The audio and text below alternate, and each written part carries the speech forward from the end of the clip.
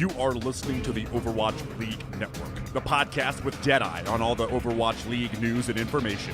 The show with Tactical Visor on the statistics and analysis. Here are your hosts, Totally Drunk, Spider, and Slambo.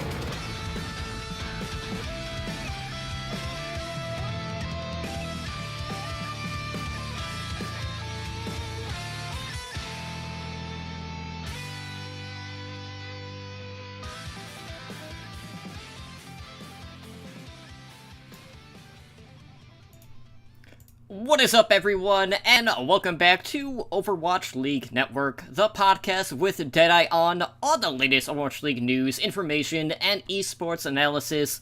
I am your host, Totally Drunk, and tonight on episode 80, we'll be taking a look at the latest in Overwatch League news. We have a couple of roster moves coming from the Florida Mayhem camp, and, we'll break down the Overwatch League Stage 2 playoffs, which was kind of disappointing. I mean, it didn't quite hit all the high notes that we were expecting just based on some of the matches, but we'll get into that. But before we can get into the news and introduce you to my co-host, just want to take a moment to thank everyone who is hanging out with us live tonight on Twitch, and of course to thank all of our repeat listeners out there. So as you can tell, Slambo is just returning from his 10-year anniversary trip. I did not expect him back tonight. Hopefully he'll be back next week to do, DPS only analysis for the All-Star. I don't know. We'll figure out. The guessing game. Yeah, who knows what next week is going to be. But joining me tonight, as always, is my co-host, Spider. And Spider, it's been a fairly busy week. We had Detective Pikachu, we both ended up seeing that. That was a good time. Took the whole family. Yep. Can't have too many complaints about that. But outside of that, we had the Overwatch League Stage 2 playoffs. We had a couple of announcements here and there, but how has this past week been treating you? Pretty good. I mean, inside of Overwatch, been still playing around with the workshop, seeing the crazy stuff people have coming up with there, so I can't wait for that to go live. Somebody today made, I think it was Darwin, made Reaper teleport through, Wraith through walls, so it actually could make him viable. It was pretty scary to see him Wraith through a wall and then Death Blossom and then just walk away. So the workshop's still been something I've been sinking a lot of time into. I've been leveling a new account every season. I generally start a themed account. Right. This theme is a little more abstract than previous ones. I basically took the characters from each role to 2 or 3 least played characters, and I'm only playing those characters unless I'm messing around in arcade mystery heroes, and which I can't control. But in quick play, I'm purely sticking to my least played heroes. So I've been learning a lot of Lucio and stuff stuff that I haven't touched. I really haven't played Lucio since before his original aura changes. When you could play Lucio and just exist and you were doing your job because his aura was the size of the map. And you're also tweeting from the payload. Right, exactly. So I haven't touched Lucio, so I've been learning a lot of him. But of course, the big thing was the playoffs, man. I mean, we hyped it up last week. We got to really go in and see how these teams stacked up. And most of it played out pretty much how we expected it to. There were a couple of surprises along the way. Quite a few questions answered that we posed last week, which we will get into. But all in all, it was a really good playoff. I was pretty happy with the way all the matches turned out, except for the Fuel match. I would have liked to see the Fuel do a little better than what they did, but we'll talk about that too. But the final was pretty much everything I hoped and expected it to be. But what about you? How did the playoff weekend treat you?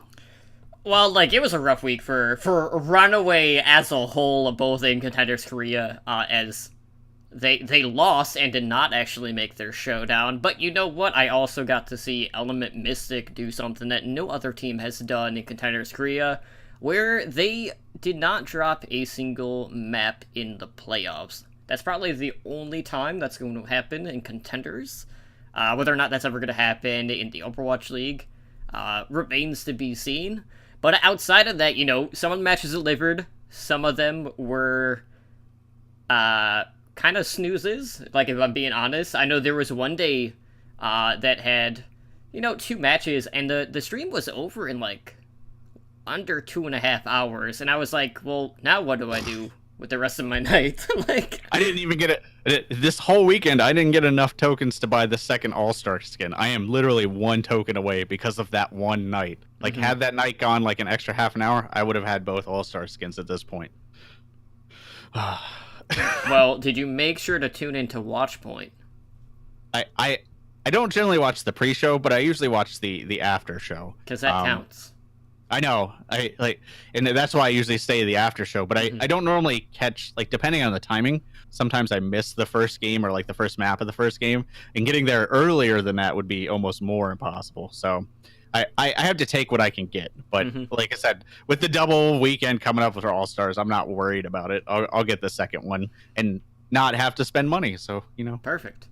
See, I made the mistake of just buying them outright, and then of course, you know, this past 2 weekends actually I got 100 drops. So then I just felt like an idiot. So that happened. So, you know, who knows? Maybe people will also luck out in that regard. But that's been my only 2 that I've gotten so far this season. So we'll see if that average continues going into the second half. But let's go ahead and jump into the news. So speaking of All-Stars, you know, that is coming up this week. That is Wednesday and Thursday.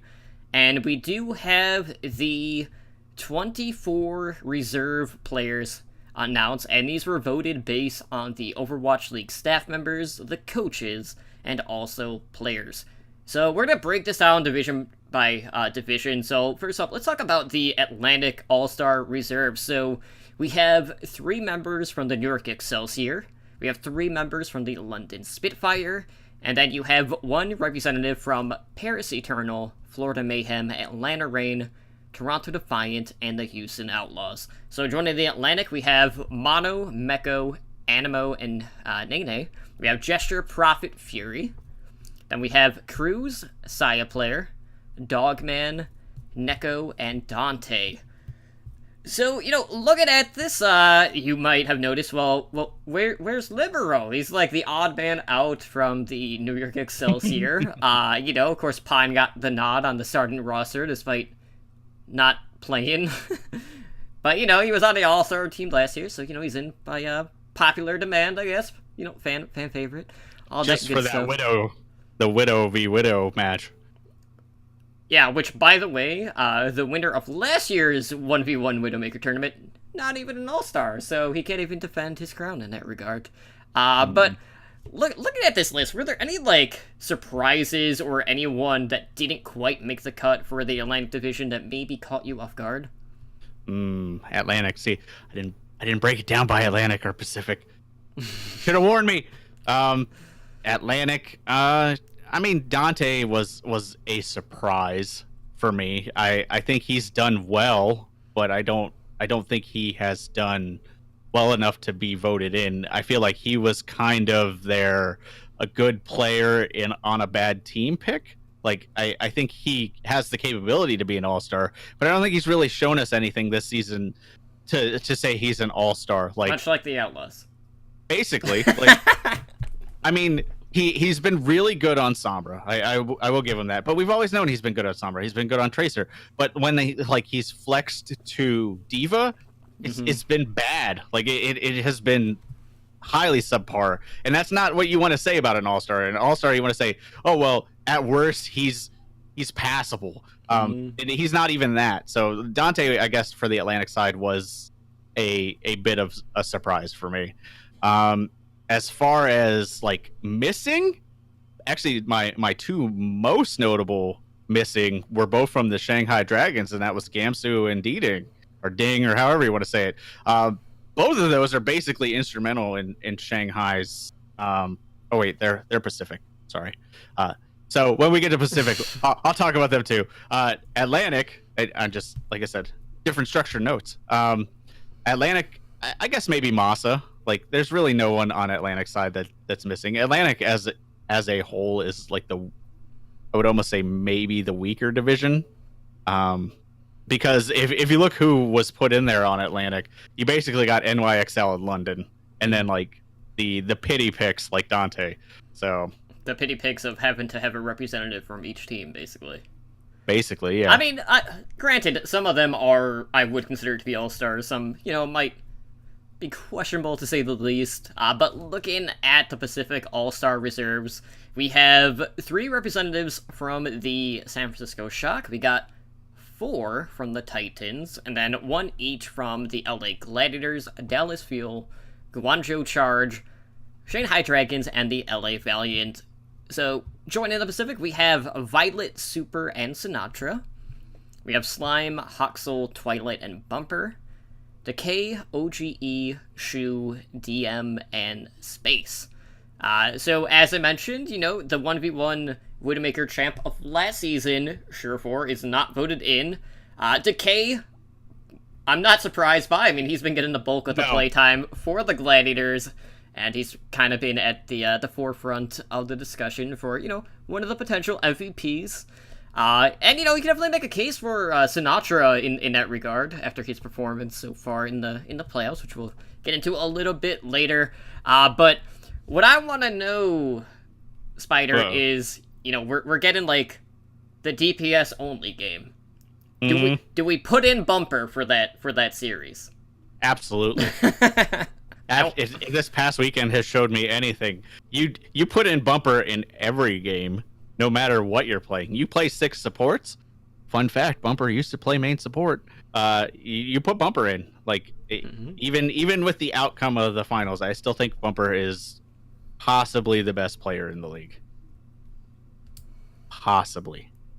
So, but I mean, most of this list isn't surprising. Like it's basically what we said last week. There's going to be, a lot of Vancouver and a lot of Shock.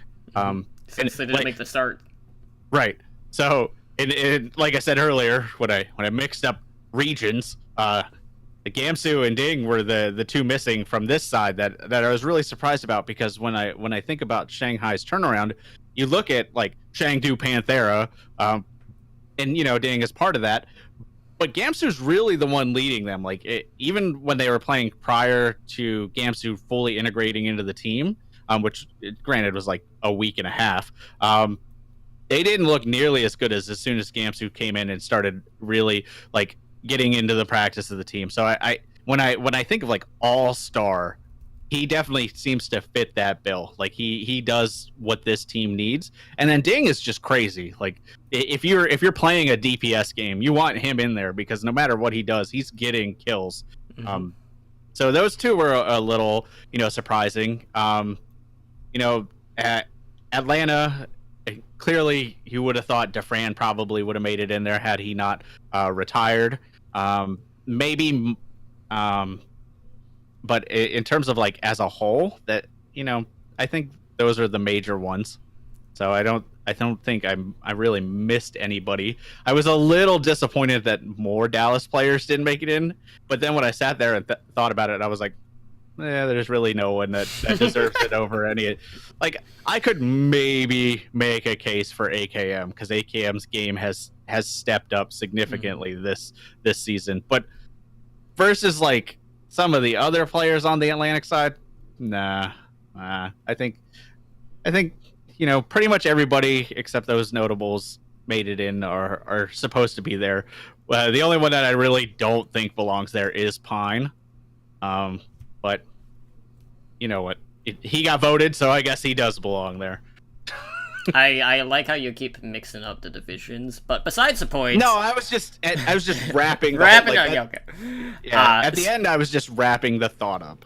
So for me, I think the biggest omission from the Pacific division was Moth from the Shock. I for sure thought he was going to make the cut, since he has been really heralded as one of the best Western Lucios in the league, which has been pretty evident here as of late. And that's one of the things that I still feel like we aren't seeing a lot of the point of view from the Lucio players, despite the amount of boop displacement that we are seeing to set up some of the plays. But outside of that, we got a healthy mix. Obviously, we had Shock and Titans players after they didn't make the cut for their starting roster just due to the Chinese vote fiasco going on, because, they just all voted for the Chengdu Hunters.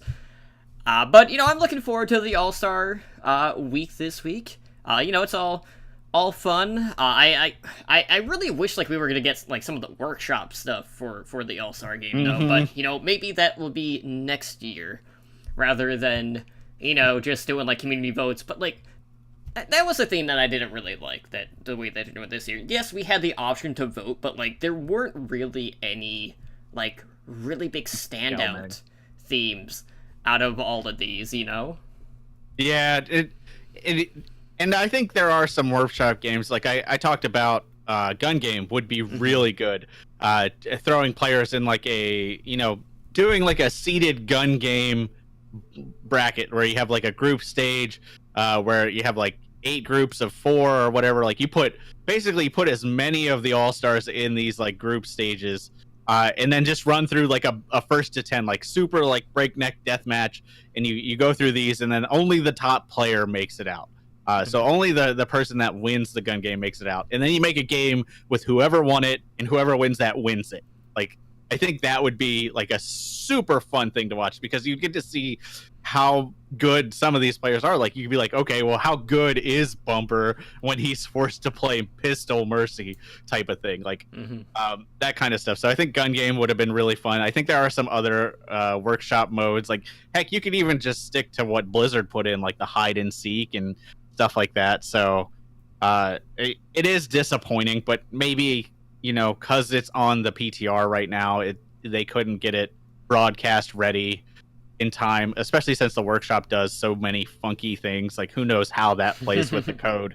Right. So all right, well, moving on, we do have a little bit of tier 2 news. I mean, it is kind of correlated to the Overwatch League, just because this is an affiliate team, also known as Academy Teams, and that is that the San Francisco Shock parent company, Energy Esports, has disbanded their Contenders team. So all players and staff have entered free agency, so that includes Kevster, Mir, Smex, Stand 1, Byram, and Pooks. Now, Energy had first entered the competitive Overwatch scene back in, middle of 2016. This was back when, Siegel was on a team that were like kind of like the meme team. They always underperformed. And, they kind of, like, went to the wayside for a while, and then eventually, the org resurfaced when, Shock picked them up as the Academy team, and this was back for Contenders 2018. Now, looking back, they've competed in 4 seasons of Contenders North America. They did manage to make the playoffs in each of those seasons, and they finished in the top 4 2 out of those 4 trips. So most recently, they had competed in Contenders North America in the West Division, where they had advanced to the semifinals, and they did lose there. But we don't have any sort of word on what's going to happen to that contender spot. It very well could just go to another team coming out of Contenders Trials for North America. Or who knows, maybe they'll be able to sell it. But it's kind of weird, there for a while now, there's been like a lot of murmurs about like maybe all of the Overwatch League teams are going to need to have affiliate teams, and then you have the Shock just outright dropping Energy just kind of like out of the blue, and for it to kind of happen like right before the midseason break was interesting too. Like we're used to seeing at times like esports organizations kind of implode, but this wasn't necessarily the case. There wasn't anything shady going on behind the scenes that we knew about or anything like that. So this really happened suddenly, and it was really unexpected, and I don't quite know what to make of the move. Whether it was like a financial decision, maybe they didn't feel like they were going to get trade value out of the players, I don't know, but it's definitely been something hard to kind of like wrap my head around. yeah, I mean, it's interesting to think about, because they were one of the more successful teams. And they are definitely probably the most tenured team out there, if not one of the most tenured teams as far as like tier 2 goes. Like you said, they've been in it basically for the life of the game so far. So it did catch me by surprise, but I think there's one of 2 things that is happening. I think they were either like, okay, this is clearly not a financially beneficial like transaction for us, I guess is the best way to say it. Which we know tier 2 is basically a money sink for these teams. Like it's basically a breeding ground for bench or trading players. which can work. Like that's very important, and I think that what we're going to talk about a little later is like the trade, the big trade that happened, was basically facilitated by a team's academy team. Like that's basically what made it happen was their bench. So I think that's the upside to having an academy team. But yeah, this took me by surprise. So like I said, that could be it. Like they were just like, all right, we are losing too much money, so we have to stop this. And you got to remember, like NRG has some pretty big investors, like celebrity level investors, and they're gonna want like, good returns on their money, not quickly, but at least to see a trend upward. And if they see an area where they're like hemorrhaging money, they're gonna be like, no, we need to cut that. So it could have came from pressure, and that is the more likely scenario. The less likely scenario is the one you kind of alluded to, in that other teams may be picking up most of this roster, and NRG just didn't want to rebuild. Like these teams could be going to the bench, they could be going to other contenders rosters. At this point, it's hard to say, looking at it without all the facts, but that is a possibility because that is something a lot of these contenders teams have to deal with. And maybe they were like, all right, we're tired of drawing up new contracts, we're tired of dealing with buyouts and stuff like that. Once this roster goes, the majority of it, like we don't know who is going. It could be 2 people, it could be 4 people, it could be all of it. Who knows? But if they lost a majority of the roster, like they know signings are coming up, they could have just been like, oh, it's a good time to cut our losses, and just move on. So I think the future, I think by stage 3 we will kind of know the definitive answers. My gut's kind of on just them hemorrhaging money from the tier 2 scene, but there could be some trades involved as well. Here's my 9,000 IQ take on this. So this year, Contenders in North America expanded into East and West, right?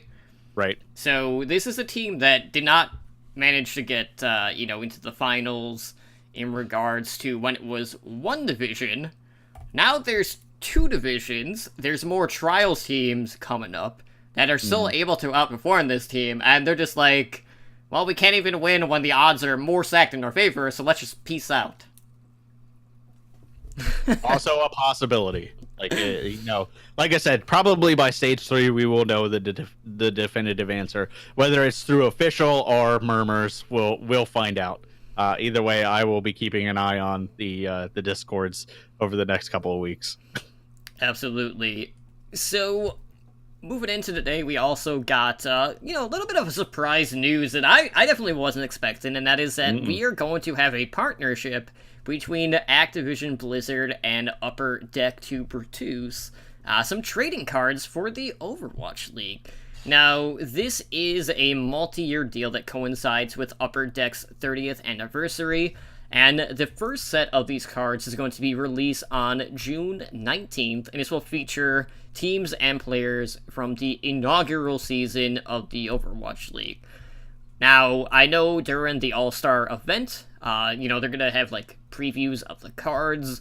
They're also going to do, some exclusive themed hero cards available for a limited time for the All-Star. Whatever those would be, we don't really know. But there's 125 player base set for this, which does feature the 12 inaugural teams. And this is actually the second time that we've seen Blizzard and Upper Deck partnering, because this is the same company that had produced the trading cards for World of Warcraft back when the WoW TCG was still a thing. I don't remember that lasting too long. Yeah, it was a couple of years, but yeah, it wasn't long. I mean, this is a surprise. Like, nobody in their right, is this just Blizzard look, we need trading cards so people think it's a real sport? Like, I don't know. And the whole inaugural season is even weirder because it's did you just not have current photos that you could get the current teams for? A lot of these teams are very different. Cool, let me get that rookie soon on the Valiant card that he is probably not going to play for ever again. But the 2 things that I really enjoyed coming out of this is, first, the question of if they're going to have the random in-game loot like the WoW TCG had, because Right, those cards are worth bank, like hardcore bank. Like you get like multiple thousands of dollars for some of those cards if you haven't used the code. So that's one thing. Like, are we gonna get like skins tied to the cards? I can't imagine anything like as exclusive as like the Spectral Tiger and stuff like that. But outside of that, the other thing that I really enjoyed is somebody, actually the person who did like the top 3 anime WoW teams, did like the Overwatch League trading card game, and was making like trading cards, and some of them were hilarious. Like, he made a card for Seagull, and it was like, if Seagull has the highest damage after turn 3, bench him, and if he's benched for 10 turns, he comes back with like triple the stats.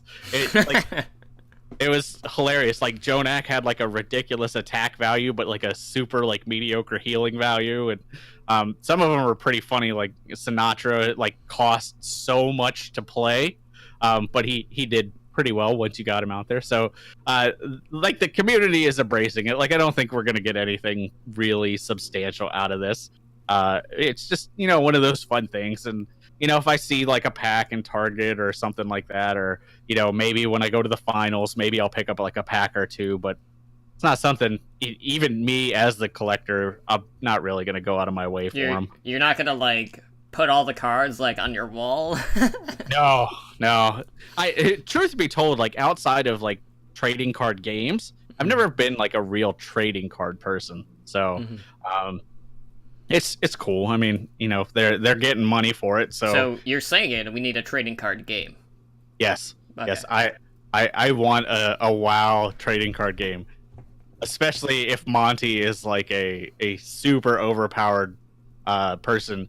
But for like every Korean player you lose, he loses like an absurd amount of stats.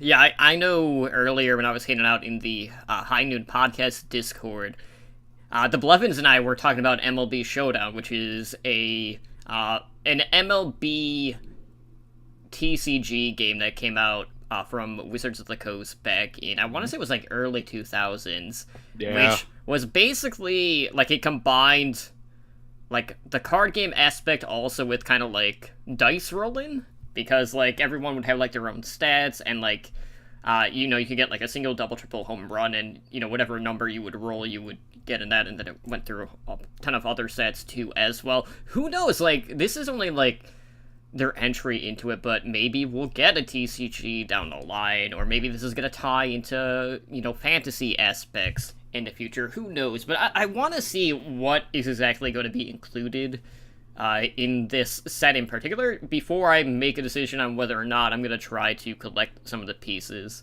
But obviously, like, I think they mentioned, like, they're obviously going to have foils, they're going to have autograph stuff. To what extent, I just don't know out of that 125. So I'm hoping we'll get like a card sheet list. So we can kind of get a better idea of like how many like rare items there are going to be in this set. But moving on, we do have a little bit of roster moves over this last week. So first up, we have a move from Team Envy, which is the Dallas Fuel Academy team.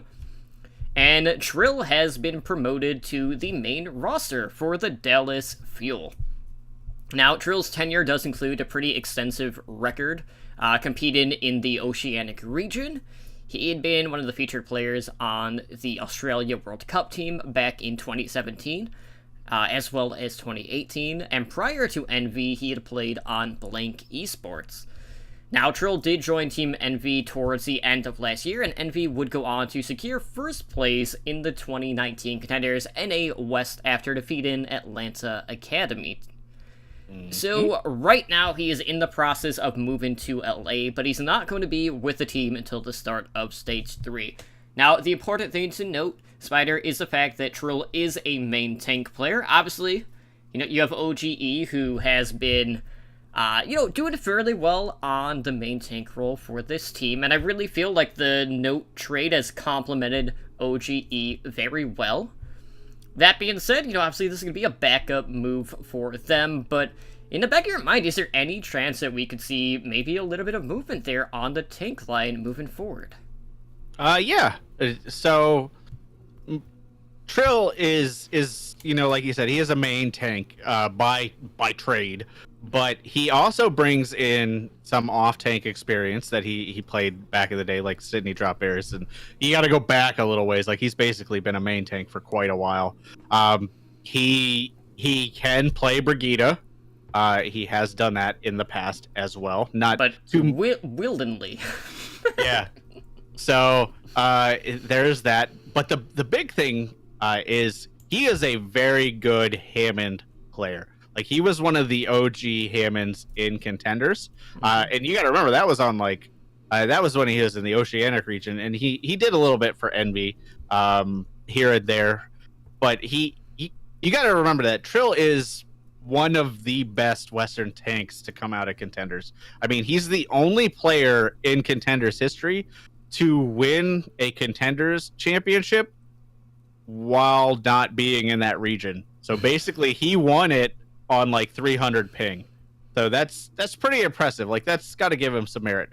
That being said, I do think OG will still be the starting main tank. I see Trill coming in as a almost like a set piece. If there's if there's a really bad Reinhardt map, I could see Trill coming in. Or if there's a map where you need a Reinhardt and a Hammond but not a Winston type of thing. He's also a pretty decent Orisa, but so is OG. So I don't really have a good gauge on where they sit on that side of the main tank. So I think it really depends on how true these 2-2-2 rumors are. And we haven't really talked about it a whole lot because it's very high speculation at this point. But that could change things for the fuel a little bit based on how things play out with that. But for now, I think it's a good move. I think Dallas needed a backup main tank because that is one area that they have historically struggled at. OG's been pretty consistent now, but it's good to have a backup, and I think he was the right player to do it. He was one of the few players in the most recent Contenders that I would go back and actually see how he did. Mostly because I was like, all right, this dude's on 300 ping. Let's see what he could do. And then he was landing shatters. He was doing stuff that I'm like, dude, I can't do that on 30 ping. So I'm excited for this. And this really speaks to, how you can cultivate talent through your academy team. So I think it's a good pickup for Dallas. I'm glad that he will finally be in the region that he's playing in. So I do hope we get to see him and what he can do on the OWL stage. And it's important to note he is a tank player. You're not going to have a DPS coming in to play the tank position on Deadless Fuel. And we all saw kind of how that played out in the last season with Tank Moo. Hey. Watch your mouth, Ryujay Kong. You were in the same position we were last season. Yeah. But you know what? Feels bad, man. Feels better, man. It was now that a we rough have go. tank players. Yeah. But anyways, we did have a pretty big trade that went down here in the last week between the LA Valiant and the Florida Mayhem. So, Fate has been sent over to the Florida Mayhem. So, first off, before I actually get into the trade, there were a lot of talks early in the season about Fate getting traded. There was a deal on the board with, the Valiant and Boston Uprising. So Fate finally out of the LA Valiant.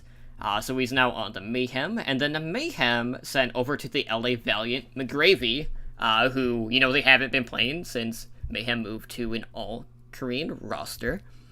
Then he also sent 2 of Mayhem Academy players over to the LA Valiant, that being their main tank, Fact Fiction, as well as DPS player Shax. Now, Fate had been with the Valiant since the inaugural season, back when the team was first formed. He had served as the South Korea World Cup main tank here in the last year, which Korea won, as they have every year. We'll see if they can four-peat. But Fact Fiction is making his Overwatch League return. He was with the Houston Outlaws before he got dropped, during the inaugural season. And, both of these sides, both the Mayhem and the Valiant, have really had some struggles this year. You have the Mayhem, who are currently 1-13 after 2 stages. Yikes. And then, the Valiant, they're doing a little bit better. They're currently ranked 17th out of the 20 teams with a 3-11 record. Now, that being said, as it comes to all trades, we don't know if there was any sort of movement involved in regards to money. We don't know what the contract status is for the players, how much they make. So we kind of have to take that, aside. Like, we can't really gauge how we would value the players in that regard. But you're basically trading Fate for 3 players who have, a varying degree of experience, whether it is in Overwatch as a whole, or even in the Overwatch League. Now, that being said, I feel like for the Mayhem, main tank was definitely one of the biggest weaknesses on that team this year. Swan definitely had his fair share of struggles, and, he was someone that got promoted from Mayhem Academy, didn't really work out, and now they have, a more respectable main tank. But we have seen Fate have, honestly, a decent amount of fall off, I would say, so far this season. So we'll see whether or not he can kind of, turn things around, as last year he was regarded to be one of the better main tanks in the league, but that hasn't really shown this year on the Valiant, just due to a number of issues with that team. And now it looks like the Valiant are, shying away from that Korean, mixed roster approach we saw from them basically since their inception, and they got some pretty good value in this trade overall. Fact Fiction will come in as, their new main tank. You have McGravy, who honestly is probably still going to be right in the bench behind Space, so, that's going to be an interesting one. But Shax is interesting to me. I don't know where exactly he's going to fit in here. We have seen KSF get in the vast majority of the play time, especially on Hitscan or on Zarya.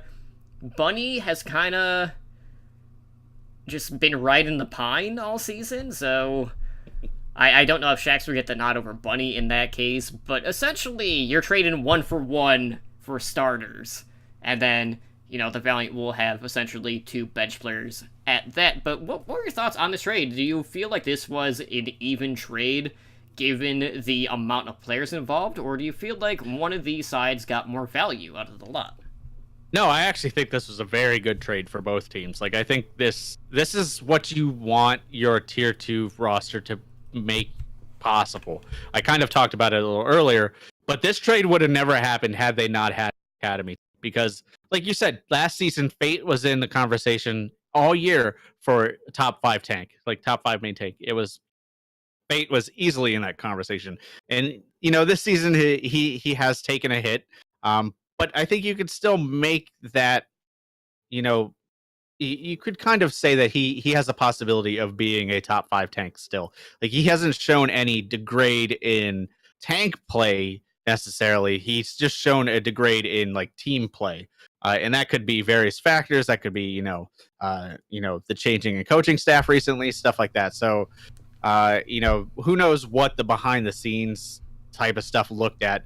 But I think Fate being moved to an all-Korean roster, even if it is the Florida Mayhem, is a good trade, because I think he will be happier on an all-Korean roster. I think Florida isn't done yet. Like, I feel like they're going to make a couple more moves. So I feel like Fate was a good pickup for them. Now, trading the 3 players for Fate, I think the one place Valiant probably did take a hit was the main tank position. Like, Fact Fiction is a good tank. Like, I root for him. He's like one of my OG favorite tank players to watch. But taking my bias out of that, he is a little bit of a downgrade to Fate historically. Like, that may not be true once he slots in and gets going with the team. Like, they obviously think he's going to be an upgrade to Fate. Otherwise, they would have never done this.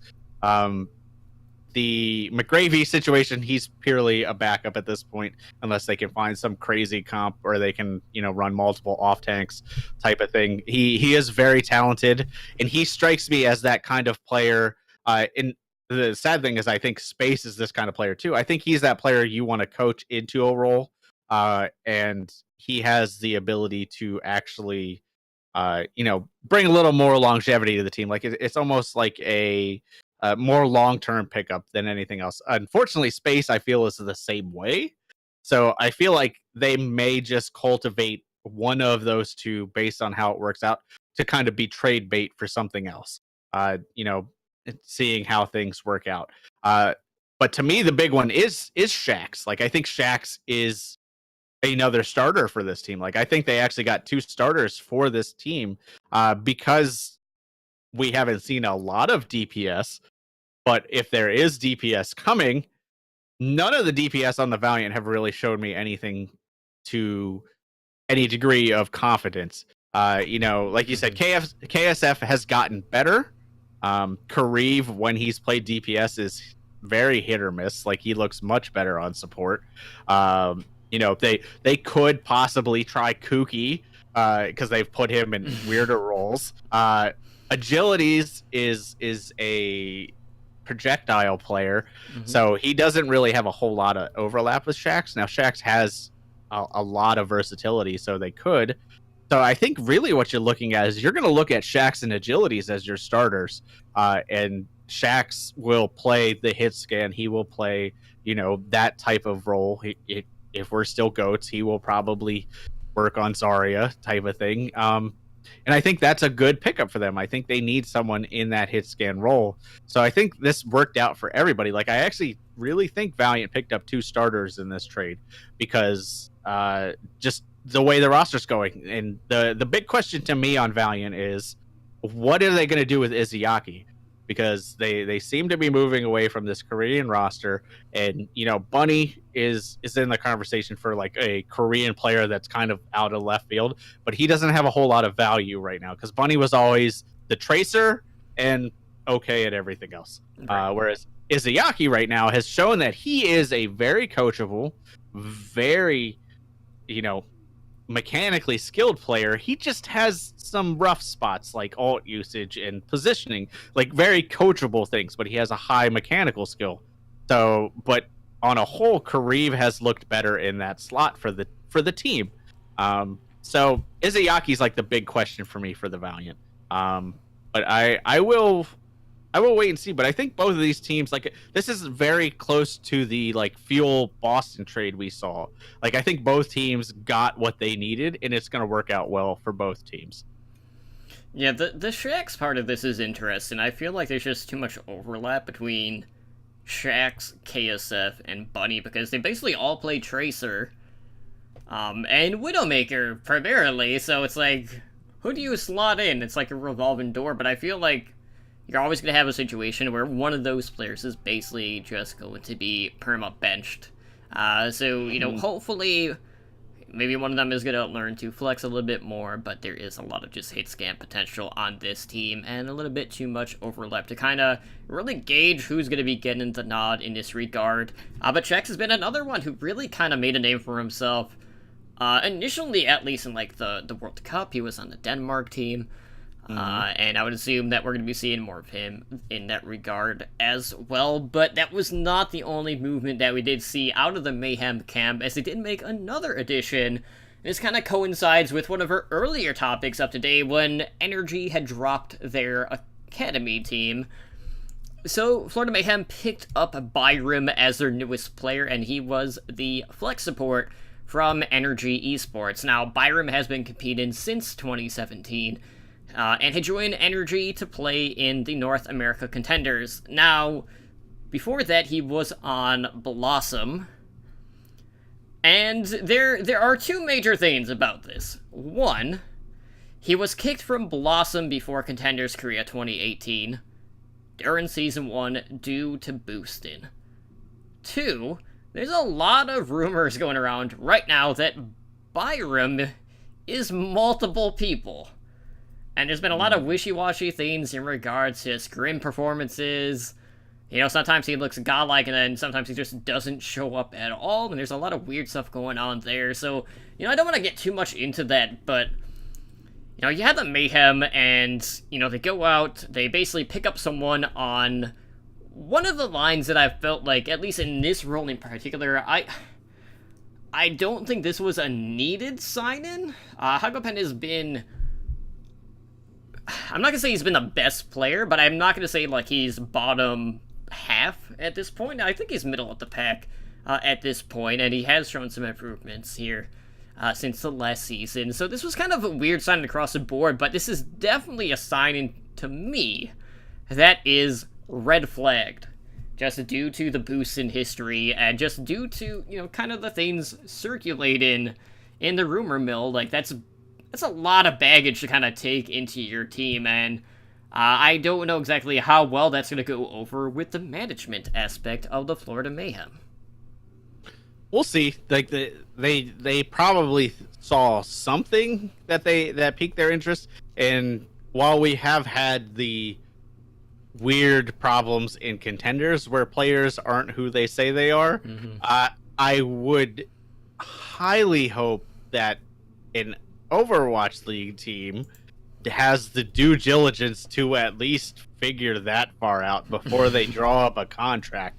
So I don't know how much faith I have that, you know, he is multiple players. The bigger question is if he was account sharing, that might come into play.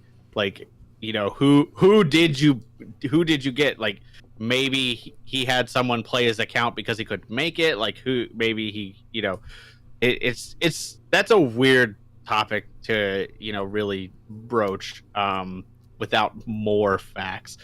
I will say that there's not a lot of history on him. There is not a whole lot of, you know, tape on him at all. Like, there really isn't a whole to really go off of for it. I mean, he's basically played like one match in 2017, like once in 2018, and then, you know, he played in Contenders season 3 and 2018 season 3, and then Contenders, you know, 2019 season 1. So it's interesting to see what will come of this. That being said, I have to think that he's either a backup player or, you know, maybe they're gonna make another move that we don't know about yet. Like, maybe Hagupon or Chris are gonna move. Like, it, you know, maybe they have more trades in the works. Like, of the two, I would think Hagupon would be like the trade bait, because he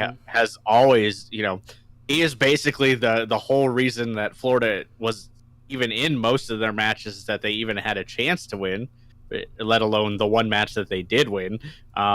So I'm curious to see how this plays out. Like, this is definitely one of those names that when he got signed, I was like, wait, who? Like, it's just one of those things. Like, and, you know, I'm not nearly as well versed in Contenders as you are, but I at least know, like, the prospects of, like, the higher tier players. Like, it's very rare that I get caught that off guard. Like, I'm like, man, I really don't remember him out of anything. So I went back and looked, and I watched, you know, a couple of the matches that I could find pretty quickly today at work, and I wasn't that surprised about it. Like, it's just I was like, okay, so he's a mid-level support player, so they have to be doing something else behind the scenes. Yeah, I know there were a lot of talks, too, about Mayhem being in talks with Runaway. And, you know, Runaway in their current iteration only have 2 players that are eligible to play in the Overwatch League. That would be QOQ and Gainem Jin, who is their Lucio player. QOQ is their tank. And, you know, like, that would have been an interesting thing, but I'm pretty sure they both didn't accept Overwatch League contracts, and they wanted to stay with Runaway. So I don't know whether or not a deal was going to be on the table between those sides, but, you know, that was maybe another potential area that they might have been looking at. But, you know, they did get Fate for the main tank position, so they did kind of shore up one of those aspects. But definitely something I'm going to keep an eye on. I don't expect too much out of this sign-in, but it was definitely one that, just kind of made me go, wait, what? Like, Yep. not what I was expecting. It's very underwhelming sign-in, I would say, especially for a mid-season sign-in. But moving on, let's talk a little bit about the Overwatch League Stage 2 playoffs. So, we'll do our post-game discussion. We'll start with the quarterfinals, work our way into the semifinals, and then for our main discussion, we'll dive a little bit deeper into the Stage 2 finals. So first up, we had the San Francisco Shock coming in as the top seed and going up against the Shanghai Dragons, who were the 8th seed, which was a rematch from the week prior when the Shock had 4-0'd the Shanghai Dragons, just like they did everyone else in Stage 2, as they did have that golden stage where they did not drop or draw a single map out of those 28. Now, that being said, the scoreline for this was San Francisco Shock 3, Shanghai Dragons 1. The golden stage was over in the first round, and I thought that was going to be the bad omen for the Shock. Fortunately, it was not. But what I will say about this is, the Dragons, they are a completely different team this year, as we've mentioned time and time again. They are Chengdu Dranthera, or however way you want to mix up, KDP and Shanghai Dragons, because there's about 800 different ways you can do that. But when you look at this, and you look at how the Dragons have played this year, one of the issues that the Dragons have is the fact that they tend to not want to run D.Va in this meta. So they lack defense matrix. There's been times when they just decide not to run a Lucio. And when you have the lack of defense matrix and the lack of speed aura, it just makes it really easy for a player like Sinatra to just do whatever the hell he wants. We talk about Sinatra's Zarya performance quite a bit. He's definitely in the MVP discussion, which it's kind of weird seeing the flip, because last season, there was a lot of, he's not worth the $150,000 that they're paying him guaranteed. Not that that's his actual contract amount, but who knows, it might be even more this year. And now it's been a turnaround season for him, but there were a lot of times when Sinatra, who did have the Lucio speed boost, would just chase people down, and you see the Dragons trying to disengage or try to escape, and they can't, because they can't outrun someone with the speed boost. Outside of that, we did see Paris in this map rotation, and there was a lot of disconnect from the Shanghai Dragons running their Pharmacy, and I feel like at this point, looking at this team, if we are going to enter another stage without, any sort of, movements in the meta, not to say that that's going to be the case, but I feel like they need to brush up on just a standard 3-3, because obviously running the DPS-heavy compositions hasn't necessarily netted the results against the top teams in the league. It was just an unfortunate draw, though, coming in as an 8th seed. Now, outside of that, I will say Dean and Gamsu have been the best players on this team throughout the entirety of the season, but they have a huge reliance on Dean in a lot of these situations, whether it is on the Sombra or on the Pharah. Now, he looks good in both regards, but when your entire strategy revolves around just one player, that's a lot of pressure just on Dean at that point. But, as the Shock go, I was not surprised to see the map streak end early on. We had a lot of thoughts about, when that would happen, whether, they kind of run shot through everyone until the finals when it would go up against the Titans, or if it would just be kind of one and done in regards to the map streak. But I will say, Violet against Dean, Violet had a rough go. Dean was not letting him go anywhere. It was definitely a hard moment to watch if you were watching Violet's perspective, just because he kept getting targeted down. But across the board for the Dragons, this was a win-win for them. They got to have maybe a little bit better showing against the Shock in this regard, but to take them to Paris after, what happened in the last series between these two teams was kind of questionable, I would say, but that wasn't the only questionable decision map-wise that we did see throughout these Stage 2 playoffs. No, and this is definitely a huge win for Shanghai. I mean, as you look back to last season and their win list, and now they're in the playoffs in stage 2. Clearly, they've hit that upward trajectory stride, and this was a huge win for them. Like, they broke the Shock's map win streak. They ended the golden stage. Shock still have regular season games, but beyond that, I kind of alluded to it last week. Like, out of all the teams, I don't want to say all the teams, but out of the most recent teams the Shock have played, Shanghai gave them a good run for their money, especially on Control. So going into this, Control was the one map that I think Shanghai had the best chance, and they did it.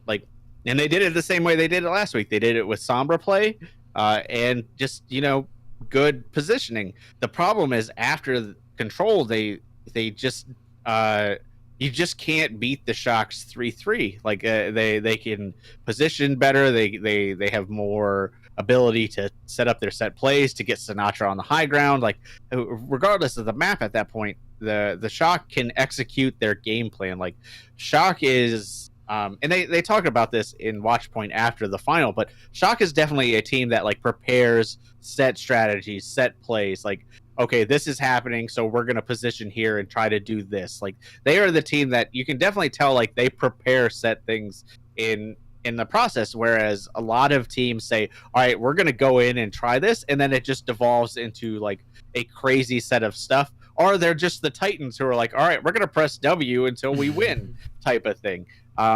So San Francisco just executed their game plan, and like you said, Shanghai's obvious weaknesses of no Diva, or especially no Lucio. Like, Diva you could maybe get away with if you're good enough, and I don't think Shanghai is good enough to get away with it against the Shock.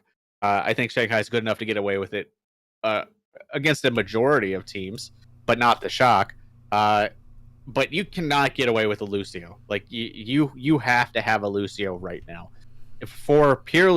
If it's not to press W forward, it is to press W backwards, because otherwise you are just going to give Sinatra an alt every fight. You are going to give, Violet an alt if he wasn't taken out had Ding not kept Violet under control, this would have been a much more one-sided match. So all in all, it went the way I pretty much expected it. So this one was not a shocker, unlike the next one.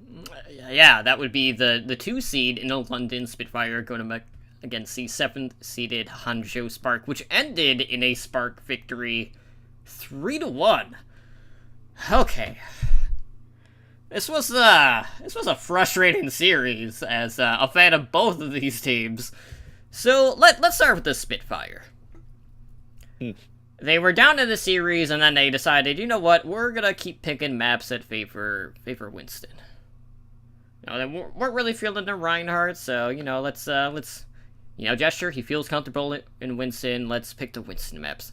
Problem is, the Spark have Gouchway, who I feel like is finally starting to reach that World Cup level of dominance that we saw here in the last year, which I'm really happy to see. But the thing about the series is, the Spitfire just kind of stopped. They basically stopped completely. They stopped getting map objectives. They stopped having any sort of offense because they got full held 3 times in a row. Yes, they did. Yikes. That was really hard for me to watch. So, for one, there was a questionable decision about them not sending the Hangzhou Spark to Anubis, which is a map that the Spark are 1 and 5 on. Granted, in Stage 2, they've been 1 and 2, but, across the board, not been their best map. And, the Spark this stage, I will say, most of their wins have not been very convincing outside of their win over the Seoul Dynasty here, which really got them into the playoffs to begin with. Now, I will say at this point, any sort of language barrier issues that this team was suffering through definitely seems to be a thing of the past, but to see the Spitfire continue to have this up and down momentum, it's very disheartening because, even going back to last season, this was a team who looked really great in spots and then looked really awful in spots. And, like, towards the end, they started to figure things out when they condensed the roster and they ran with that 7-man roster and everything was looking good. They ended up winning the championship. And now they seem to be, like, steadily progressing, and then all of a sudden they ran into this brick wall. And the Spark just really took it to them. Like, it was one of those things that when I saw the result, I was like, wait, what? I had to do a double take in this one, because so many people were favoring the Spitfire. And, there was a lot of talk about, just due to how the seeding was, because due to New York losing consecutive games to the Atlanta Reign, Spitfire ended up being the 2 seed, even though, in the stage stand-ins, they would have been 3rd overall, behind the Shock and the Titans, but due to the fact that Spitfire won the division, they were ranked the 2nd seed. So who knows what would have happened had the Spitfire played the Fuel, but it was definitely a disappointing performance from the Spitfire. But if you were a Spark fan, they're trending upwards in the right direction, and it set up a match against, the Shock as they were at the top seed. But this was definitely one that a lot of the community was definitely flabbergasted by, just due to the unexpectedness of the result. For sure, except for me, because I said the Spark were going to win last week. But I was still surprised. Like, I made that prediction on, like, faith. Like, I didn't predict it to be that lopsided, like, especially those last 3 maps. I thought it would go 3-2 and it would be like a nail biter, and the Shock would, the Spark would do something crazy to eke out a map 5 win like they've done in the past. But yeah, the only thing that it really struck me was ego. Like, I feel like Gesture lost the Rhine battle, and then he was like, I want to play Winston, and they were like, well, you're a really good Winston. And then he lost the Winston battle, and he was like, no, that was just a bad map, let's try it again. And then he lost the Winston, and he's like, no, we could do it again, I got it this time. And then they lost, and that's the only reason that I could think that they would do that map pick, because they're in no world would any team pick a map where a team has a somewhat decent record on. Like, even the Spark aren't great on Hanamura, but they're better than they are on Anubis. Like, you go, okay, we're okay at Anubis, so we will go to Anubis. But instead they were like, no, we're going to Hanamura. Like, it didn't make any sense. You had mentioned, like, the London's up and down, and for people that don't watch it real closely, they'll look at it and say, well, London's 6-1 in stage 2. How is that really up and down? If you go back and watch the games, like, they had relatively easy games, and they still looked shaky at times. Like, they only played 2 teams in stage 2 that walked out of stage 2 with a winning record.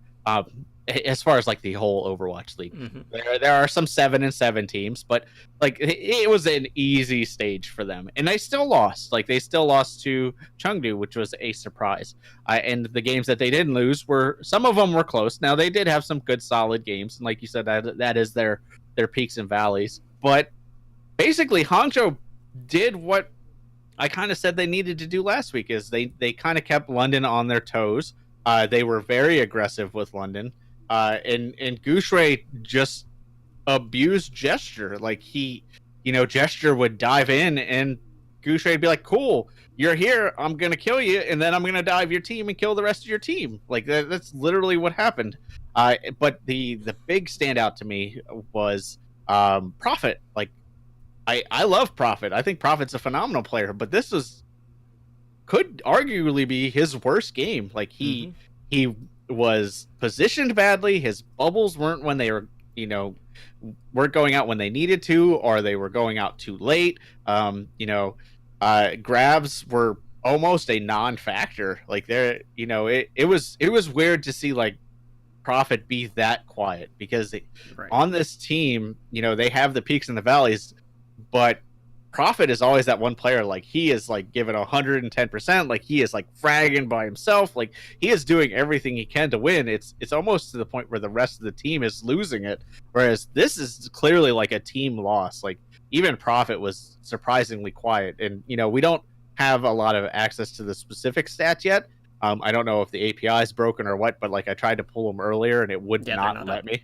So I can't get the exact numbers, but just when I went back and watched it again, I'm like, man, Prophet really didn't do anything, and that's not what you want to say about a Zarya on your team, even if you are running Winston over Reinhardt. So I am curious to see how London does going forward, because they have a pretty tough schedule going forward into stage 3. Like it's not super hard, but it is pretty difficult. They have 2 games against the Excelsior. They have the Uprising, Defiant or whatever, and then there's the Pegateer of the Washington Justice.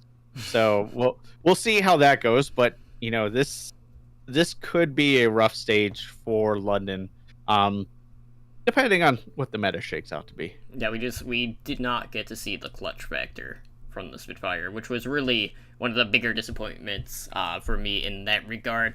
But moving on to the next day, we had 2 3-0s, and this was what I was aforementioned earlier when we had Overwatch League only on for like 2 hours and 20 minutes, and then that was it. That was pretty much one and done. They were both really quick matches. Both were stomps. So we had the NYXL defeating the Los Angeles Gladiators 3-0. All right. So the Gladiators, this has been a very up and down team. We felt like they were getting hot. They've been looking better. The K's really been coming to his own. Roar's been getting a little bit more protection on the front line. That did not happen in this series at all. So, for starters, one of the key things about this series was the fact that in these neutral fights, Hydration was getting picked off a lot. He's definitely been a brig bot, and he's been exposed for that. You have Meko, who was doing just a stellar job at splitting the LA Gladiators' attention with his positioning, and NYXL kind of took this more passive approach to their style until the split happened, and then they would just pounce on the target. Now, Roar had a rough go, just due to the split. There was a lot of lack of support on the front line, and it's, there's really not too much to really deep dive into, but what happened because of this is the potential of an NYXL Titans match. And sure enough, we did get that in the semifinal, so we didn't have to wait till the very last game of the regular season, which some of us were worried about, just given the trajectory of, Titans and the Shock, and then literally the rest of the Overwatch League. But I feel like if you're the LA Gladiators, at the end of the day, so much of it just boils down to the Brigida play. I mean, I hate to put Hydration in the spot like that, but it was very reminiscent of what we saw out of the Fuel, because the same thing happened to Zachary as well. Well, we'll get to that. And he wasn't as big of a problem this time. Right. But I think Hydration was an issue. But I think the bigger issue was a coaching issue. I think the Gladiators didn't do what I told them to do last week. They didn't look at Atlanta's games and what Atlanta did to pressure New York, and they let New York play their kind of game. They let New York play patient, wait for their opportunity, and like you said, pounce. Like that's all it did. So as I watched this game, I'm like, dude, the Gladiators are basically just playing it like they forgot the past 3 weeks happened. Like, how did you not watch the tapes for this and prepare for this?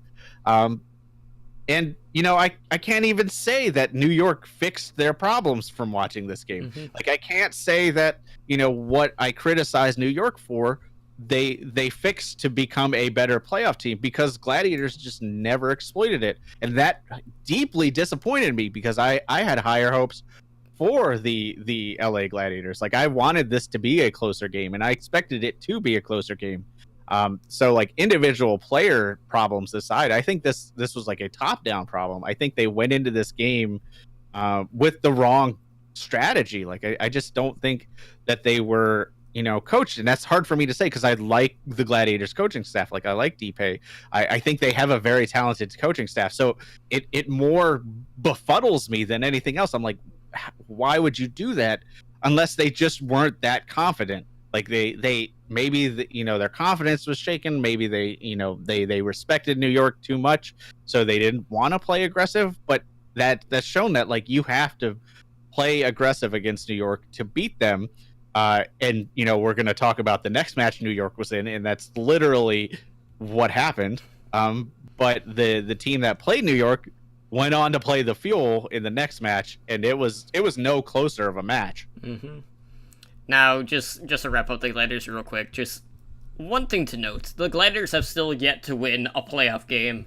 And outside of that, I love the fact that their chant is shields up, and I don't know if that's meant to be directed at Roar, or it's directed at the K to protect Roar.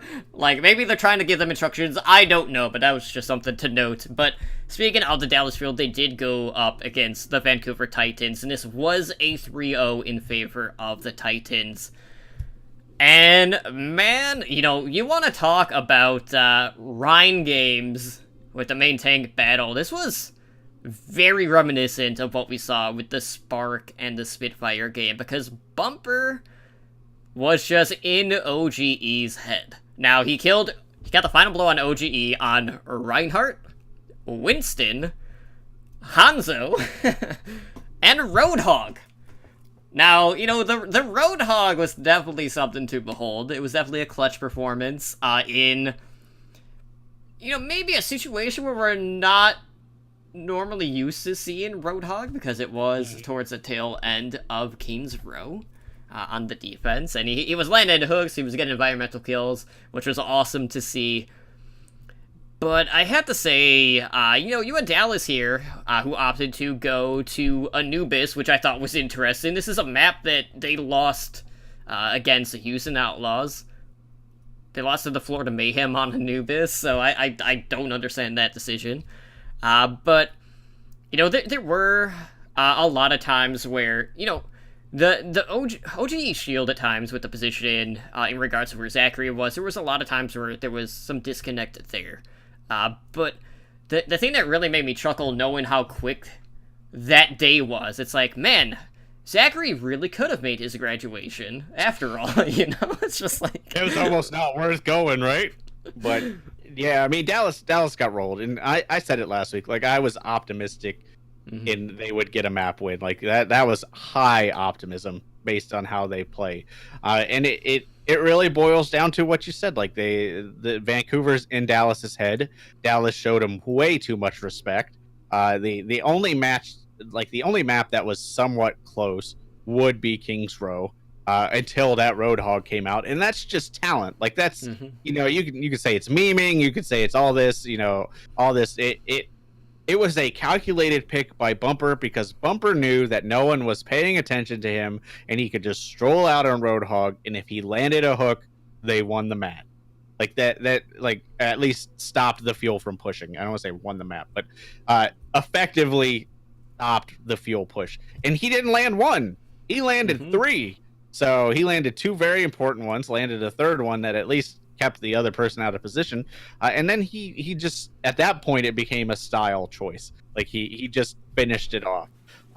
But you're absolutely right. Like, OG, when he played Bumper the first time, he didn't give Bumper as much room. He still got bodied, but there were times that, there was a little more back and forth, which is kind of what I hoped Dallas would move forward with, but they didn't. Like, they just showed too much respect to the Titans, and the Titans are already aggressive, so if you're going to give them even more room, they're just going to walk over you. The one thing I will say is Zachary's positioning was better this time around. I can't definitively say Zachary was caught out more times than he had been previously. Like, if anything, it was less. It was just, I would honestly say it fell more on AKM not landing bubbles when he needed to, or using them a little too early type of thing. But as a whole, like, it kind of just cemented the Fuel as like a mid-table team. Like if they're gonna play this style, they're never gonna be a top 5 team. Like they have to figure something out internally to the point where they have to get out of their own heads, and that's always been a Fuel problem. Like regardless of the roster, like it seems like that's a Fuel culture thing. And the coaching staff is talented, but that's hard to train out of them. So we'll see moving forward. I will say that the Anubis pick did baffle me. Like as soon as they picked it, I was like, why would you do that? That is like first of all, that is the map you get made fun of for the most historically. And secondly, that is the map you have done awful at this stage at. Like every time you've taken a point on Anubis, it's been like dumb luck, basically. Like, so I didn't understand that. That was like one of the biggest bonehead map picks. But Titans are a top team, so this isn't a surprising outcome to me. I think dumb luck would be like the perfect name for like a Dallas Fuel biopic. There you go. The old house. But anyways, moving into the semifinals that would set up a match between the San Francisco Shock and the Hangzhou Spark, which resulted in probably an even more one-sided affair in the semifinals. Yep. The Spark basically, London Spitfired the semifinals in the regards of they capped 3 points in the 4 maps. Whew, that was rough. So the only stat that I was able to find was the fact that Sinatra in this series finished with 93 eliminations to 7 deaths. Whew. That's ridiculous. So the other thing is, we did see the Shock really turn up the aggression in this particular series. There was a lot of spawn capping, and you really know that you're in dire straits when you have to use both of your support ults just to be able to leave your spawn room. Now, I will say for the Spark, there was definite lack of follow-up when it comes to not only the Graviton surges, but also the Earthshatters that were getting landed by Gooshway. And I know there were moments where we got to see Violet pop off on Widowmaker, which I was really happy to see, landing some consecutive headshots right out of the spawn door as the doors open. But I have to say, like, out of everything that we saw, even when you compare it to some of the 3-0s in the quarterfinals, this one was probably the hardest match to sit through because it was that one-sided. And you can talk about like the reseeding aspect of the playoffs and how that like guarantees you have like the best teams go into the finals, and there's a lot of discussion based on that. But for a playoffs hit, I was really hyped for. Across the board, outside of like 2 matches, there wasn't really a lot of like pop-off moments that really made you just sit back and go like, wow, like that was a really good series. So in that regard, it was definitely a bit of a letdown. But, the Shock just continued that upward trend. Sinatra just keeps doing basically whatever he wants because, like, no one's really been, like, in opposition to him. But I really do hope in Violet's case that we get to see him swap off to a little bit more Widowmaker in the future. But, that seems to only be, they're going to scout the position in early on, and then, they always switch back. And that seems to be pretty true for a lot of the flex supports in the league. Yeah, I don't have a whole lot of notes on this one because there really isn't a whole lot to discern from this match. Basically, it's very similar to the Titans Fuel match. Like the Spark just forgot to press W. Like they forgot to aggress on this team, and I don't know if the only thing I could say is they really just respected them too much. Like they were, you could tell they were scared of the Shock.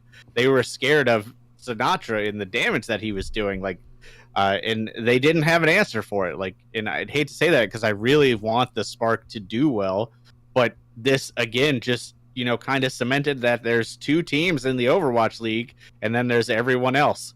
So until there's a definitive meta shift, I hate to say it, but these mid-table teams are going to go 4-0. They're going to go 3-0 in these playoffs. So moving into the other semifinal, we had the Battle of the Two Titans. Kind of? I mean, last week you and I talked about whether or not there is a big three between the Shock Titans and the NYXL. And it's the first time we saw the Vancouver Titans go up against the New York Excelsior, and it was the Vancouver Titans coming out on top 4-1. Now, last week, we feel like NYXL, maybe they've been a little bit too predictable. They've been losing some games that maybe they shouldn't be losing, or, maybe it's just a case of mid-card team being able to, consecutively beat one of the top-tier teams. But for the longest time, it's always been the big three. And we didn't get this match in the Stage 1 playoffs at all, and we weren't expecting to potentially see it in Stage 2, but we did. And I have to say, I felt like the NYXL actually looked pretty good in this series. They did not seem like they weren't trying, we can't say in like some of the prior series, but I was really happy to just see that we finally got this match, because this has been one of the stories that we've been wanting to figure out. Like, are the Titans better than New York Excelsior? Were we going to have to wait till the end of the season in order to see this match? And I have to say, out of everyone in this series, Slime definitely impressed me the most. Now, I felt really bad for Nene, because there were so many times when he would focus on Slime and have to reload.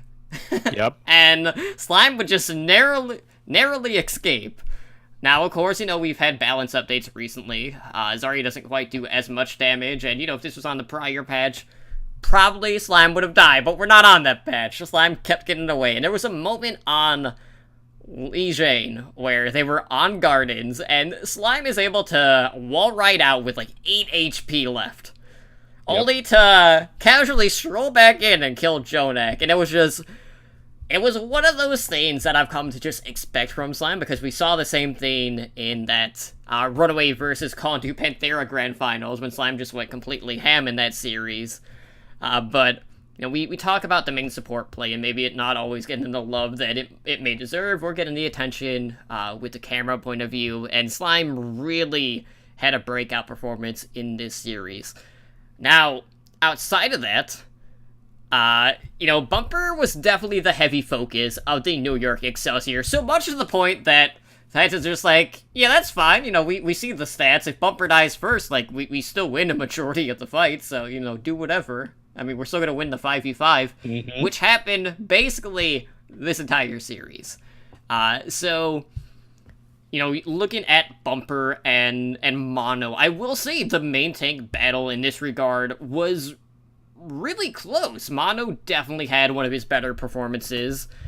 Despite Mono's best efforts with the Shatters, the follow-through just quite wasn't there, and a lot of the times it was just the Titans winning those sort of neutral fights.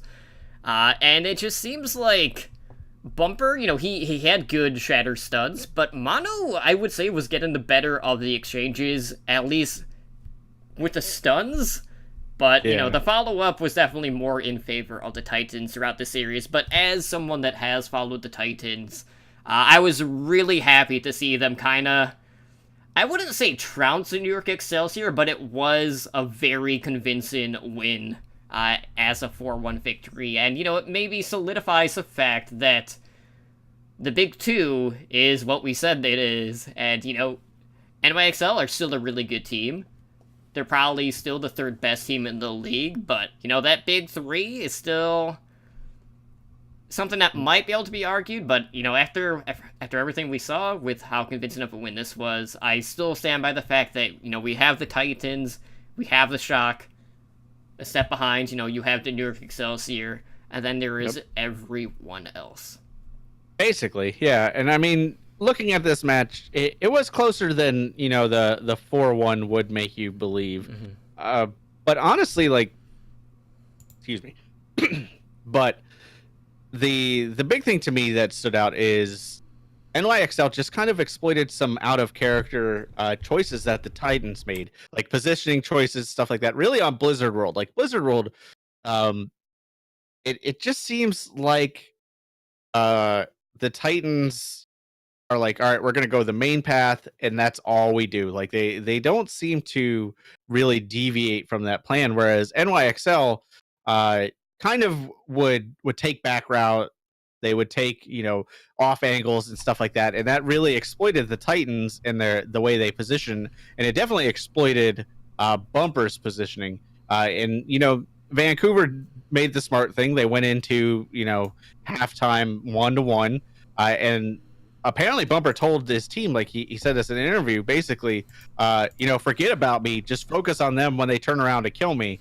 And that's all they did. Like at that point, Vancouver had their game plan, they had their brawl plan, and Bumper would go in and they would just start focusing them down. And as we've seen in the past, if you focus down Jonak, if you kill Jonak early, then New York kind of falls apart at that point. Now that being said, New York did have some pretty good moments. Like I said, Blizzard World was good. Like they took different pathings, they took different plans of attack, which Vancouver could have learned from when they went into the final. Like, hey, maybe they should have took a little more of that to heart. But I think you nailed it. It's at this point, it's the Shock and the Titans, and then below that is NYXL, who at this point haven't convinced me they are in the top three. And then there's everyone else. So I think NYXL is the demigod to the gods. Like you can make them bleed and you can watch them lose. Whereas currently in the meta, like Shock and Vancouver, unless they make some really egregious mistakes, which would be highly out of character for them, I don't expect them to lose. So that being said, I think the Titans didn't do anything we out of the norm of what I expected them to be able to beat New York. Like I said, they focused down Jonak. They put the pressure on. It was basically showing that the way Atlanta played wasn't a fluke. That's how you beat NYXL. So I think NYXL still have a lot of work. And I think Vancouver is Vancouver. So when we drew this match, actually when we drew the semifinals, I was like, cool, we're going to get a repeat of stage 1 for the finals.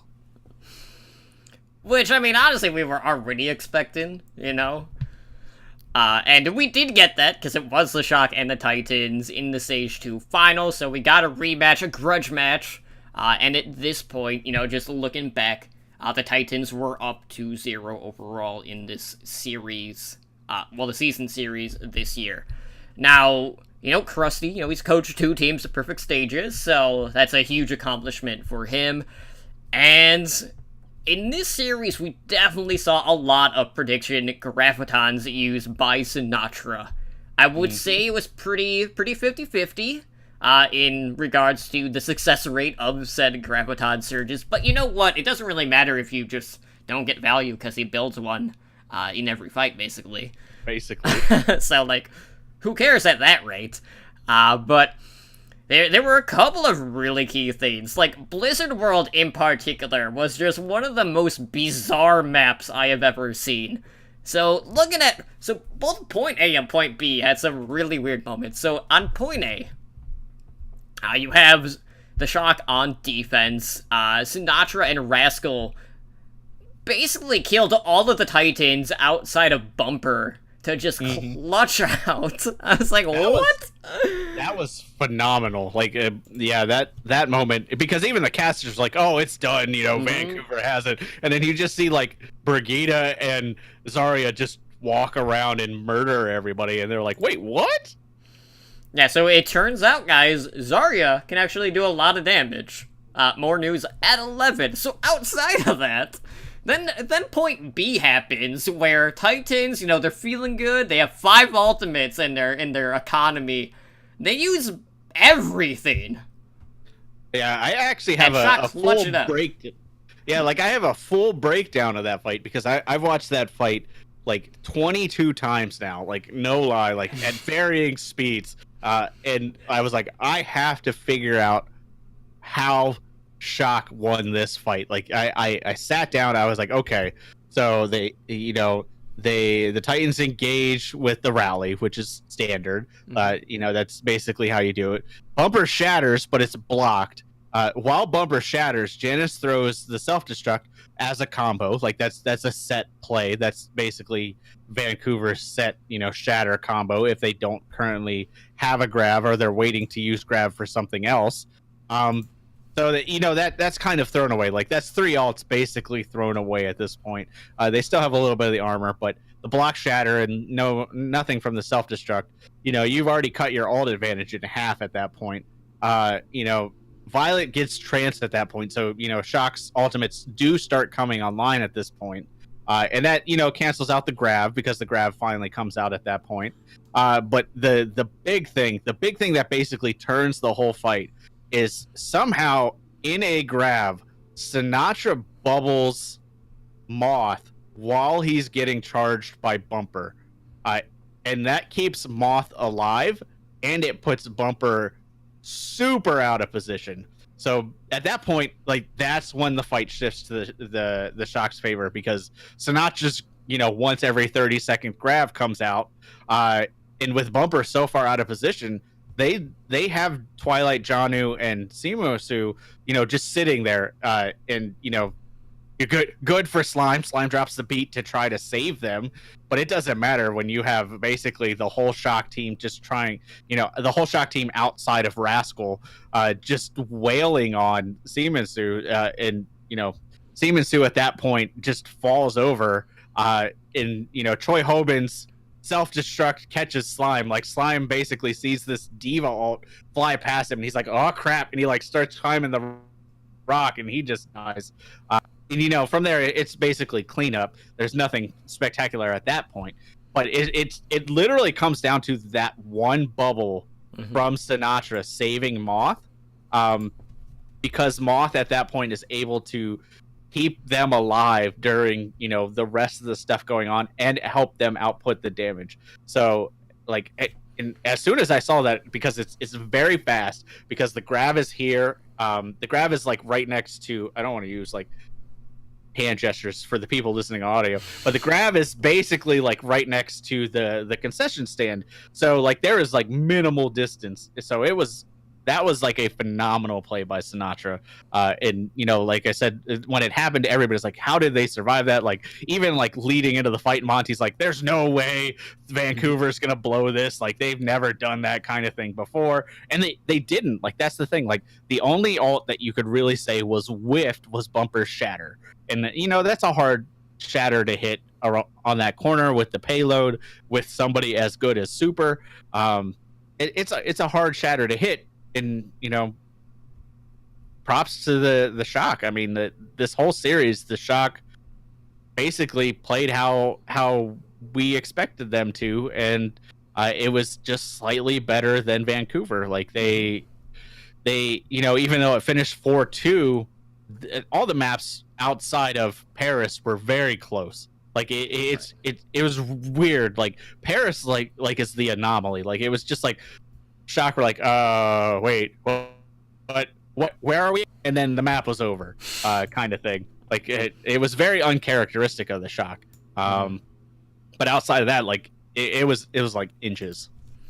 Right. Now, outside of that, we had King's Row, where I know there was a sequence where Super shatters and then builds another one up in like 5 seconds during this read space between A and B, which is ridiculous. But I have to say, like, it was very fit-in for the Sage playoffs to end 2 streaks. So we saw the Shock's map streak come to an end, and then the Titans lost for the first time in the Overwatch League. Now, they're still undefeated in the group stages, but that streak is over. And I think it was at, like, 19 matches at that point that they'd won consecutively, so completely ridiculous. I can't imagine a situation where either one of those records is going to be put in jeopardy. Now, that being said, it basically, when you look at the Overwatch League, There's a lot of talk about rivalries, and one of the key things for me is, like, something can't really be a rivalry unless teams trade wins. And the Shock picking up this win while it evens up, like, the stage playoffs, which is a bigger deal. They got a win on the board, which is huge, and now, it's starting to seem like, I know last week, we had some disagreements on who is the top team, and now it's just like both of them have won the stage playoffs, so now it's really they're 1-1. Like you can't really make a definitive claim. I feel like that this team is definitely better than the other team anymore. Nope. Yeah, they are both close enough to be like on any given day, either one of these teams can win. Now I will say, at the end of the series, the hug between Super and Bumper was very heartwarming. And it was just really, it's so weird, just knowing kind of like some of the past discussions that we've had. Because I know, like, with Super, a lot of us early on were a bit perplexed about how well he would do, and we've seen how much the Shock play around him, and how well Super's kind of coming to his own, and at this point in time, like, Super and Bumper have just become, like, these anomalies in the Overwatch League at that main tank position, where I really do feel like they are the top two main tanks in the league, and it's not something that we would have thought, at least in Super's case. So I'm really hoping that, come World Cup time, Super is going to get the nod in that regard. But I have to say, like, I'm not disappointed that the Titans lost. It wasn't the result that I wanted, but, like, this is what we need. That completed the level of the circle of parity, Every team has picked up a win over someone else. It's a full circle now that the Titans officially lost. So we can put that behind us. But at the end of the day, if there's a meta shift, awesome. If there's not, chances are we're probably going to see these two teams face off again in the Stage 3 finals, and I couldn't be happier if that's going to be the case, but I know a lot of people would gripe if we see more of the same, I would imagine, in Stage 3, but good for the Shock. That was a huge win, and, we can't be right all the time, and, that definitely wasn't the case in the Stage playoffs, so. Yeah, I mean, I said the Shock were going to win it. I mean, I mostly said it to not really spite you, but to have it have a differing pick. I believed that they could win it. Like, I wouldn't have said it if I didn't believe they had a chance. But I won't lie and say that it was mostly out of spite. But I am glad that they did it. And you're absolutely right. Like, going into the season, even in through Stage 1, like I repeated it multiple times that Super had not convinced me that he was a top level tank. I can't say that anymore. Like, there is no world where Super is not a top level tank. Like, he did his due diligence. He put the work in, and he is now a top tank. Like, he is one of the top two tanks easily, if not the best tank. I could make an argument that Bumper is a better tank just because he can play other things, for sure, and get key pickoffs. But this game, to me, a lot of focus was on Super and Bumper because they were like the standouts. But the Zarya's were more what I was paying attention to, and of course, Sinatra's getting all the praise right now. That was the win. But Su was relatively quiet. Like, he didn't have a bad game for sure. Like, this wasn't like the Prophet situation that we had earlier. Like, he played up to expectations. He just was outplayed. Like, that's a weird thing to say for somebody that both of us have said, like, is a top Zarya in the league, if not the top Zarya in the league. He basically, what it came down to is he is better than 99% of the Zaryas. Just in this match, Sinatra made him not look as good. Like, that's what it came down to. So, and that's what's going to win you the championship at the end of the day, is if one of your core players is playing 5% better than them. That's gonna win it for you, and that's essentially what happened. Like, Sinatra played better than him. Zarya is an important role, and it just snowballed into other things. nitpicking at the Shock looked good overall. They still have some problems with support alt usage. Like that is like their and it's weird to say their big weak point because it's not even that big of a weak point. But that is like the one nitpicky weak point I have of them is they overlap support alts more often than they should. Luckily, both of them build their alts very quickly for supports, so it's not as big of a problem. But it can cost them some key fights. And actually, that fight going into Blizzard World Point B, one of the reasons they were behind on support alts at that point was because they had overlapped them earlier in the map.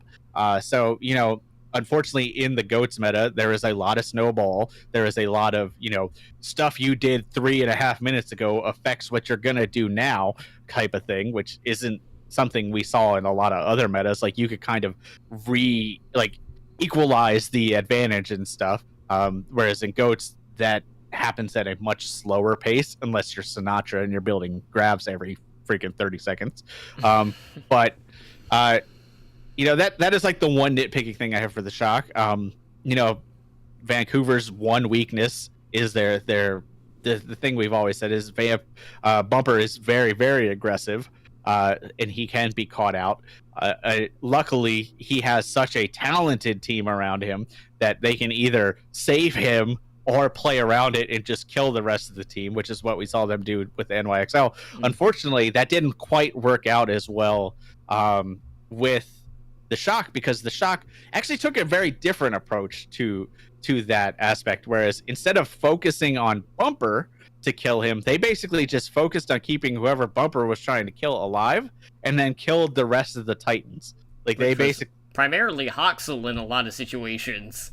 Right. And, we haven't seen any other teams try to take that approach. Like, most teams that have found little success against the Titans, obviously Titans haven't lost a match before this, but have taken maps off the Titans, have been exploiting Bumper's misposition and then cleaning up the rest of the Titans. Unfortunately, what that has done fortunately, what that has done for the Titans is that has made them very good at winning 5v6 fights.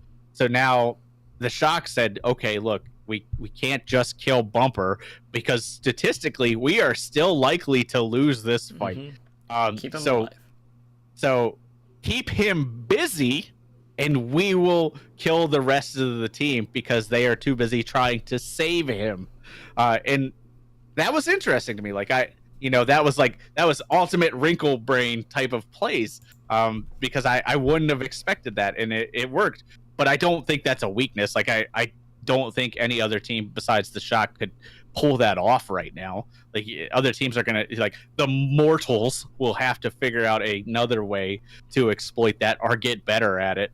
But yeah, these are the two heavyweights of the league, and I'm not disappointed. Like, there were times last season that the playoffs disappointed me, and sure, some individual matches were pretty lackluster. Like you said, the semis were relatively lackluster. I mean, other than the storyline between NYXL and the Titans, there wasn't much going on there. The second day of the quarterfinals were a super snooze fest.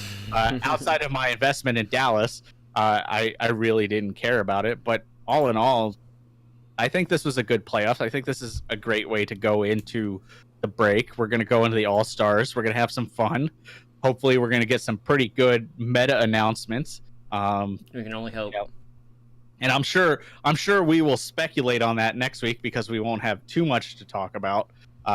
So we may touch on it, we may not, but maybe we'll have something definitive by then. Maybe they'll announce it at the All-Stars, like, hey, this is what's going on. So we'll see how that goes down. But all in all, I think Stage 2 was a good capstone for halfway mark through the league. I think, unfortunately, we are looking at a league right now with 2 teams and then 18 other people that fill time slots.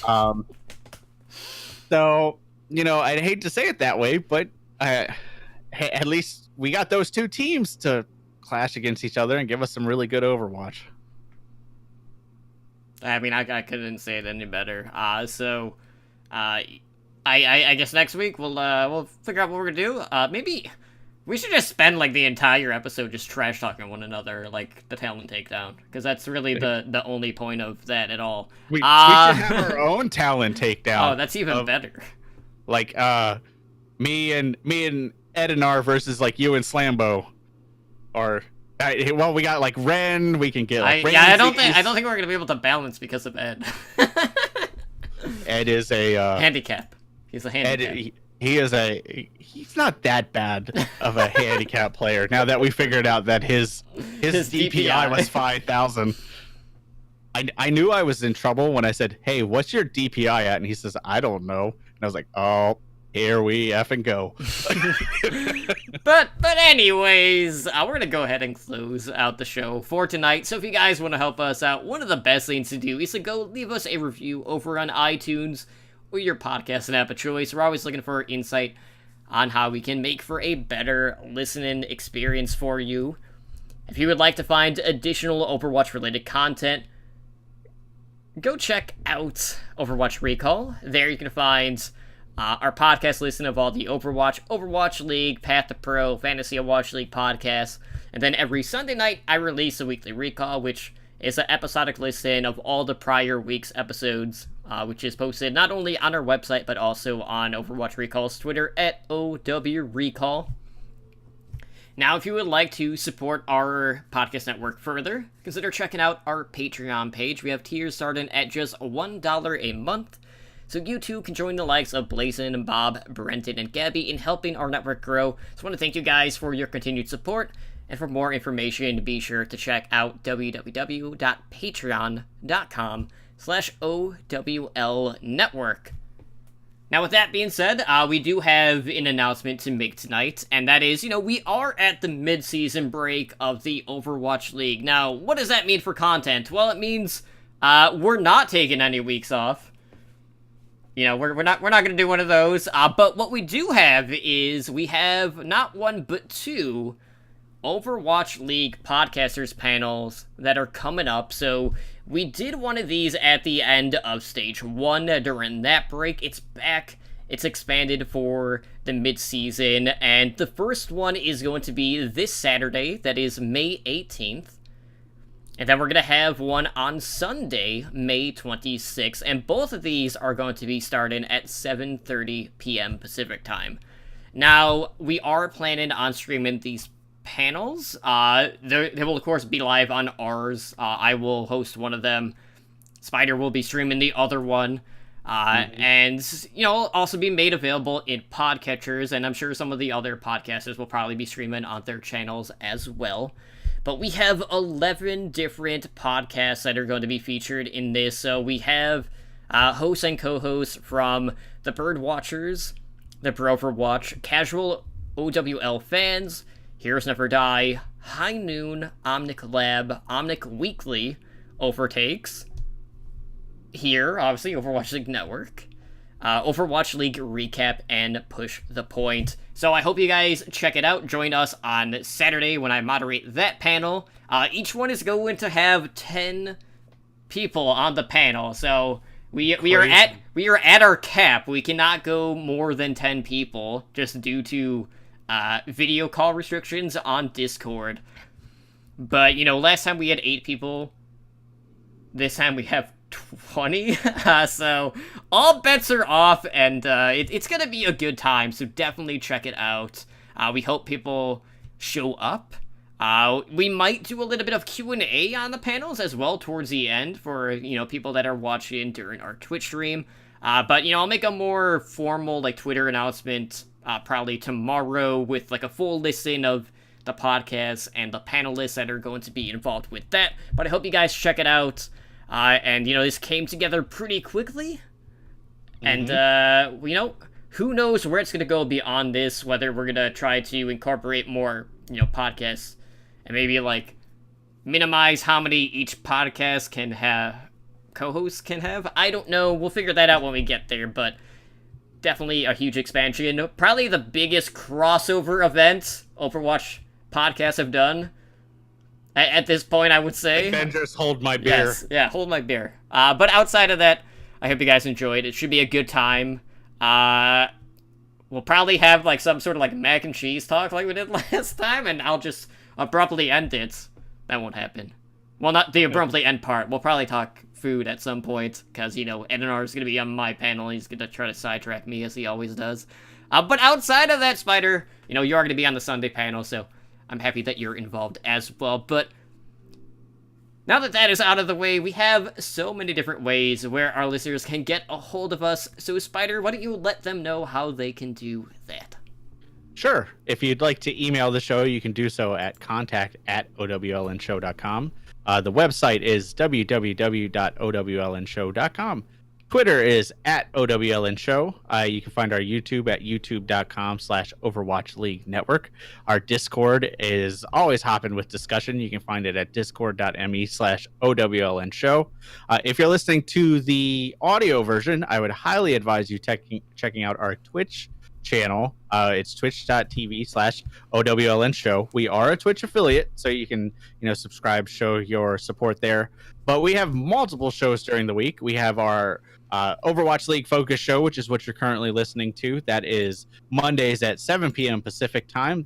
Then we have our Fantasy Overwatch League Focus show, which is Owl by the Numbers, which is Tuesdays at 6 p.m. Pacific time. I'm curious, are you guys doing a show tomorrow? Yes.